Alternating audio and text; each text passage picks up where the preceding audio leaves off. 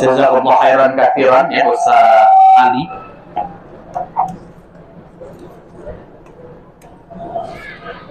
Bismillah, assalamualaikum warahmatullahi wabarakatuh. Innal hamdalillah wassalatu wassalam ala Rasulillah amma ba'd. Bapak Ibu yang dimuliakan Allah Subhanahu wa taala, puji syukur kita aturkan atas kehadirat Allah yang memberikan kepada kita banyak sekali nikmat dan hidayahnya, baik itu nikmat iman, Islam, dan juga nikmat kesehatan, sehingga pada kesempatan pagi hari ini kita bisa berkumpul di sini. Insya Allah kita akan melakukan perjalanan ke Madinah Al-Munawwarah. Salawat dan salam semoga senantiasa tercurahkan kepada junjungan Nabi besar kita Muhammad Sallallahu Alaihi Wasallam beserta keluarganya, para sahabatnya, tabiin, tabiut tabiin, dan seluruh pengikutnya yang senantiasa mengikuti jejak dan risalah beliau sampai yaumul qiyamah. Amma ba'd. Bagaimana kabarnya Bapak Ibu? Sehat semua ya? Alhamdulillah. Ya Pak, semangat ya. Bapak Ibu yang dimuliakan Allah Subhanahu wa taala, ya di sini saya selaku Amir Safar, Bapak Ibu yang dimuliakan Allah Subhanahu wa taala, izinkan untuk memperkenalkan diri. Bapak Ibu yang dimuliakan Allah, nama saya Syahid Abdullah. Siapa Bu namanya? Ya panggil saja Syahid ya. Pak ya, panggil saja Syahid. Mas Syahid juga boleh kan gitu ya. Kalau Pak itu kayaknya tua ini Pak Ustadz, Ustadznya masih muda ya. Monggo silahkan. Ya, itu nama dakwah saya sebenarnya Bapak Ibu. Kalau di paspor nama saya Ikhwan Prayogi gitu ya. Tapi Bapak Ibu bisa panggil saya Syahid ya, Abdullah. Insya Allah saya diberikan amanah untuk menjadi Amir Safar Bapak Ibu yang dimuliakan Allah, dan nanti akan membantu Bapak Ibu sekalian ya untuk beribadah di tanah suci. Ada Ustadz Adi nanti juga yang akan menemani kita. Bapak Ibu yang dimuliakan Allah Subhanahu wa taala, alhamdulillah saya telah menyelesaikan pendidikan S1 saya di Yaman, Bapak Ibu, dekat dengan Mekah Madinah gitu ya. Menyelesaikan S2 di Mitru, hari ini sedang menyelesaikan pendidikan S3 di Amerika Serikat ya, Universitas Islam Amerika Serikat, jarak jauh ya. Jadi mohon doanya, mudah-mudahan bisa segera menyelesaikan disertasi Bapak Ibu. Ya amin ya rabbal alamin. Bapak Ibu yang dimuliakan Allah Subhanahu wa taala, kemudian saya dari Lampung ya Bapak Ibu, dan di samping saya ini ada Ustadz Yusef Bapak Ibu ya. Insya Allah beliau juga akan menemani kita ya Bapak Ibu yang dimuliakan Allah Subhanahu wa taala. Nanti kalau ada apa-apa Bapak Ibu bisa kemudian menghubungi saya atau Mas Yusef gitu ya. Pak Ustadz ini pusing atau Bapak Ibu punya urusan apa saja, di sini kita ya siap membantu Bapak Ibu sekalian ya. Kemudian yang kedua Bapak Ibu yang dimuliakan Allah Subhanahu wa taala ya, tolong dibawakan Mas Yusef ya. Mari kita bersama-sama meluruskan niat kita karena Allah Subhanahu wa taala Bapak Ibu yang dimuliakan Allah. Ya, jadi kita akan menempuh perjalanan yang cukup jauh. Ya, kita sudah menghabiskan biaya, kita sudah menghabiskan waktu dan tenaga, maka kemudian kita harus luruskan niat kita untuk mencari ridhonya Allah Subhanahu wa taala. Niatkan semuanya Bapak Ibu untuk ibadah. Ya, Bapak Ibu yang dimuliakan Allah, umrah itu ibadahnya bukan pas tawaf saja Bapak Ibu. Namun safar kita itu juga sudah termasuk bagian dari ibadah Bapak Ibu yang dimuliakan Allah. Jadi capeknya kita di perjalanan itu juga sudah dihitung pahala. Dan mungkin ya nanti di perjalanan kita akan diuji oleh Allah dengan apa? Oh mungkin dengan kelelahan, kecapean. Ada teman kita ya suruh kumpul masih di WC kan gitu ya. Waduh ini kok lama banget ya. Maka kemudian apa? Itu juga kemudian apa? Bagian dari ibadah. Kita harus bersabar dan kita akan mendapatkan pahala dari Allah Subhanahu wa taala. Ini poin yang pertama, luruskan niat karena Allah. Mudah-mudahan ibadah umroh kita diterima oleh Allah Subhanahu wa taala. Pahalanya apa Bu? Pahalanya surganya Allah Subhanahu wa taala. Kemudian Bapak Ibu yang dimuliakan Allah Subhanahu wa taala, poin ketiga yang perlu kita pahami bersama, pentingnya taat kepada pimpinan Bapak Ibu. Nabi SAW bersabda, ya ketika kalian bersafar, ada 3 orang bersafar, maka salah satunya harus menjadi pemimpin Bapak Ibu dan harus ditaati. Itu kalau 3, kita semuanya ada berapa Bapak Ibu? 40 ya, kita semuanya ada 40. Ada yang dari Lampung, ada yang dari Kalimantan, ada yang dari Bekasi kan gitu ya. Maka di sini ada Bu Iyi, mana itu Bu Iyi? izin ya tadi ya. Itu beliau, Pak Ustadz saya sendirian ya. Jangan sampai kemudian sendirian, Bapak Ibu yang dimuliakan Allah. Yang kumpul di sini sekarang menjadi keluarga ya Mbak ya. Harus kenalan sama yang lain Mbak. Ini Simbah dari mana Mbak? Oh dari Magetan gitu ya. Nanti kenalan sama yang dari Lampung kan gitu ya. Ya kalau ada kawannya yang kemudian membutuhkan harus saling tolong menolong. Kemudian Bapak Ibu yang dimuliakan Allah Subhanahu wa taala, insya Allah penerbangan kita jam 9:55. Jam berapa? 9:55. Dan insya Allah Bapak Ibu kita akan tiba di Madinah jam 3:45. Ya, jam 3:45 kita akan tiba di Madinah. Oleh karena itu Bapak Ibu yang dimuliakan Allah, Pak Ustadz nanti kita sholat duhur di pesawat kan gitu ya. Ya, sholat duhur di pesawat. Yang mudah-mudahan nanti kita akan sampai Bandara Madinah itu pun juga mepet asar Bapak Ibu. Oleh karena itu Bapak Ibu yang dimuliakan Allah Subhanahu wa taala, karena kita bersafar dan safar itu dimudahkan oleh Allah Subhanahu wa taala, maka insya Allah kita putuskan ya kita akan melaksanakan sholat duhur dan asar di pesawat Bapak Ibu ya, di pesawat. Insya Allah nanti akan diumumkan ya, sama petugas pesawatnya akan diumumkan. Bapak Ibu yang dimuliakan Allah gitu ya, pokoknya akan diumumkan yang intinya waktu sholat telah tiba, waktu sholat duhur telah tiba. Bapak Ibu yang dimuliakan Allah, ketika nanti diumumkan sholat duhur tiba, kita langsung siap-siap. Apa yang kita lakukan? Kita akan tayamum Bapak Ibu yang dimuliakan Allah. Ya menggunakan apa? Menggunakan kursi yang ada. Ya menggunakan kursi yang ada. Pak Ustadz tayamum itu kan pakai debu kan gitu ya. Nah kita ambil pendapat yang termudah, yaitu pendapat Imam Abu Hanifah yang mengatakan tayamum boleh menggunakan apa saja yang terhampar di dalam pesawat kita. Ya ada kursi Bapak Ibu yang dimuliakan Allah, maka nanti kita akan tayamum. Mas Ustadz ini mungkin dipegangkan dulu ya.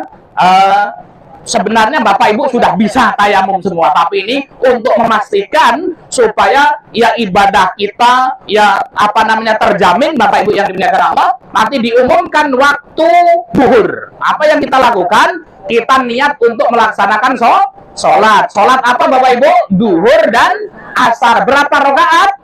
2. Ya, maka kemudian kita balik, ada kursi di depan kita itu. Bismillah kita niat tayamum, kemudian ya kita templekkan itu, tempelkan kedua tangan kita di kursi, plek gitu ya. Kemudian setelah itu diusapkan kemana? Muka atau tangan dulu? Muka ya, muka Pak, 1 kali gitu ya. Kemudian boleh langsung kemudian tangan sampai pergelangan tangan kanan, kemudian kiri, nggak usah 3 kali, 1 kali saja ya. Jadi tayamumnya Bismillah, plek, muka, boleh dengan 2 tepukan, kemudian tangan kanan, kemudian kiri, kemudian kita sholat. Niatnya sholat duhur digabung dengan sholat asar, 2 rakaat. Allahu Akbar ya. Bagaimana Pak Ustadz sujudnya nggak bisa kan gitu ya? Sudah, sujudnya pakai kemudian isyarat saja Bapak Ibu. Allahu Akbar, rukuk ini, sujud seperti ini. Nggak perlu kemudian kemudian jongkok di bawah kursi, nggak perlu kan gitu ya. Tadi seperti itu Bapak Ibu yang dimuliakan Allah. Pak Ustadz di belakang kan ada air gitu ya. Itu ada toilet Bapak Ibu yang dimuliakan Allah, itu tidak boleh untuk wudhu.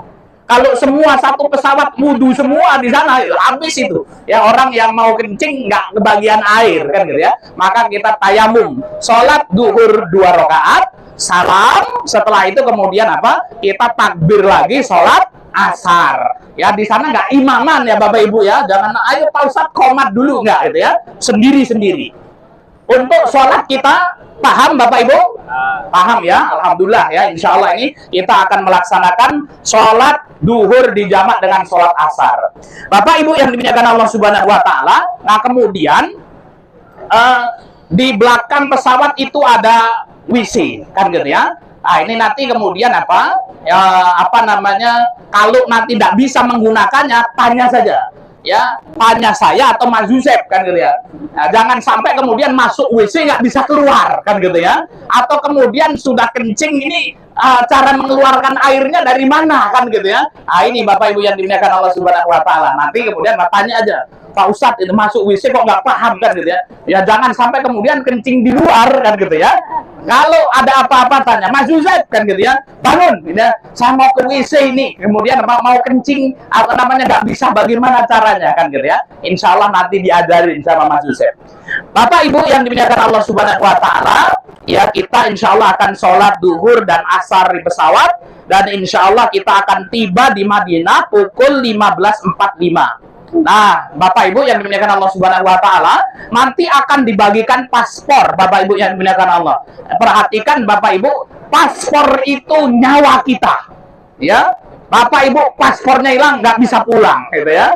Nah itu, maka kemudian paspor harus dijaga sungguh-sungguh. Pernah Bu kemarin safar gitu, ada mbak-mbak ketika sudah mau naik pesawat, paspornya hilang.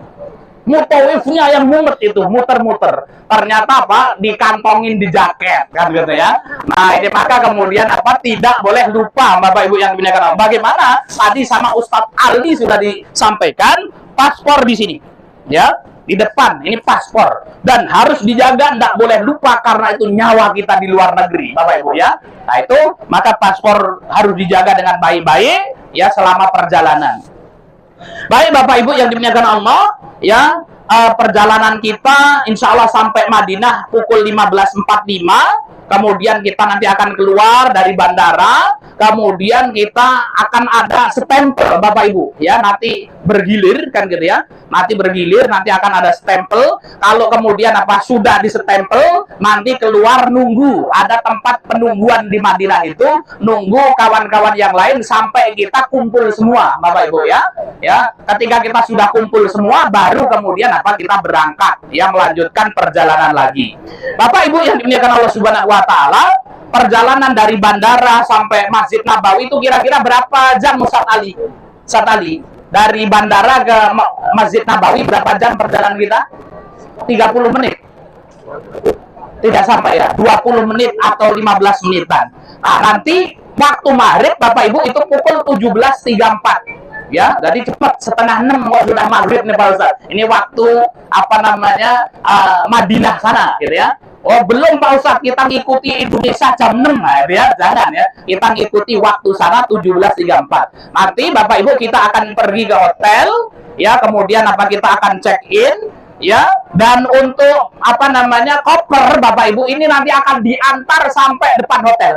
Jadi kemudian sampai depan hotel, pintu hotel. Jadi jangan kemudian, karena dulu ada itu, ya, koper di bawah sudah diambil kan ya. Itu nanti akan diantarkan ya sampai depan pintu hotel. Nanti Bapak Ibu ya masuk hotel semuanya, kita lihat kalau waktunya itu masih panjang, waktu maghribnya belum datang itu masih panjang, kita akan beres-beres sholat maghrib dulu. Habis sholat maghrib kita makan gitu ya, habis itu sholat isya. Namun kalau sampai Madinah kemudian apa waktu maghrib sudah tiba, kita baru datang, bereskan semuanya dulu Bapak Ibu, masuk kamar dulu semuanya ya, kemudian waktu maghrib sudah datang Pak Ustadz, bagaimana? Makan dulu semuanya ya. Idza qudimatut ta'am kata Nabi, kalau kemudian makanannya sudah siap, sudah kita makan dulu, perut kita kenyang, baru sama-sama kita ke Masjid Nabawi, sholat maghrib, kemudian sholat isya. Jadi seperti itu. Tapi ini nanti kondisional, kita lihat kondisinya Bapak Ibu yang dimuliakan Allah Subhanahu Wa Taala. Kemudian untuk aktivitas di Madinah, di Mekah, insya Allah nanti kita akan ngumpul lagi, Bapak Ibu yang dimuliakan Allah. Nanti kalau saya di grup, gitu ya, Bapak Ibu ngumpul di pintu ini, gitu ya. Nanti kita berkumpul di situ, ya. Kita insya Allah nanti akan banyak ngumpul, Bapak Ibu yang dimuliakan Allah Subhanahu Wa Taala, supaya kemudian apa? Kita pastikan perjalanan ibadah kita dari awal sampai akhir sesuai dengan sunnah Nabi Shallallahu Alaihi Wasallam, gitu ya. Nanti Pak Ustadz, doanya apa ya, nanti kita kan ada apa namanya buku kecil ya Bapak Ibu ya, di bawah itu ya, ketika kemudian berdoa kemudian baca itu nanti akan kita arahkan di situ. Pak Ustadz bacanya belum bisa, deket sama saya Bapak Ibu, nanti saya talkin gitu ya, ikutin saya Pak, ini doanya seperti ini gitu ya. Tapi kalau yang bisa, ya sudah sendiri-sendiri Bapak Ibu yang dimuliakan Allah Subhanahu Wa Taala, gitu ya. Supaya kita nggak teriak-teriak, gitu ya Bu ya. Kan ada itu teriak-teriak kan gitu ya. Ini kita nggak teriak-teriak, supaya tidak mengganggu yang lain.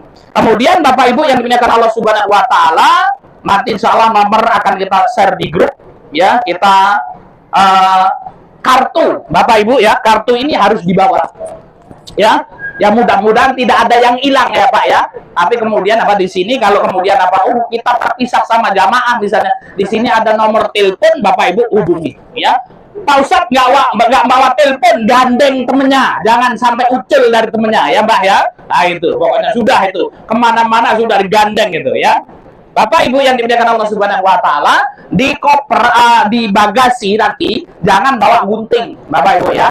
Nah ini sudah sering kita ingatkan, yaitu masih ada gunting itu nanti pasti suruh bongkar, nggak boleh dibawa. Gunting walaupun kecil, silet dan lain sebagainya tempatnya di bagasi, di koper bawah gitu ya. Demikian Bapak Ibu yang dimuliakan Allah Subhanahu Wa Taala, mungkin ada tambahan dari Ustadz Ustaz. Oh ya, silakan kita bagi password Bapak Ibu. Ya. Sambil bagi paspor, GT jauh di satu D. Pertama ya. Oh 1B. Jadi nanti paspor sama ini dijaga, masukin itu nanti nggak bisa diwakilkan, jadi sendiri-sendiri. Termasuk anak-anak itu dikontrol sama orang tuanya, simba-simba juga ya, dikontrol ya, jangan sampai hilang. Itu aja. Ini silakan Mbak. Pak Bejo. Pak Bejo.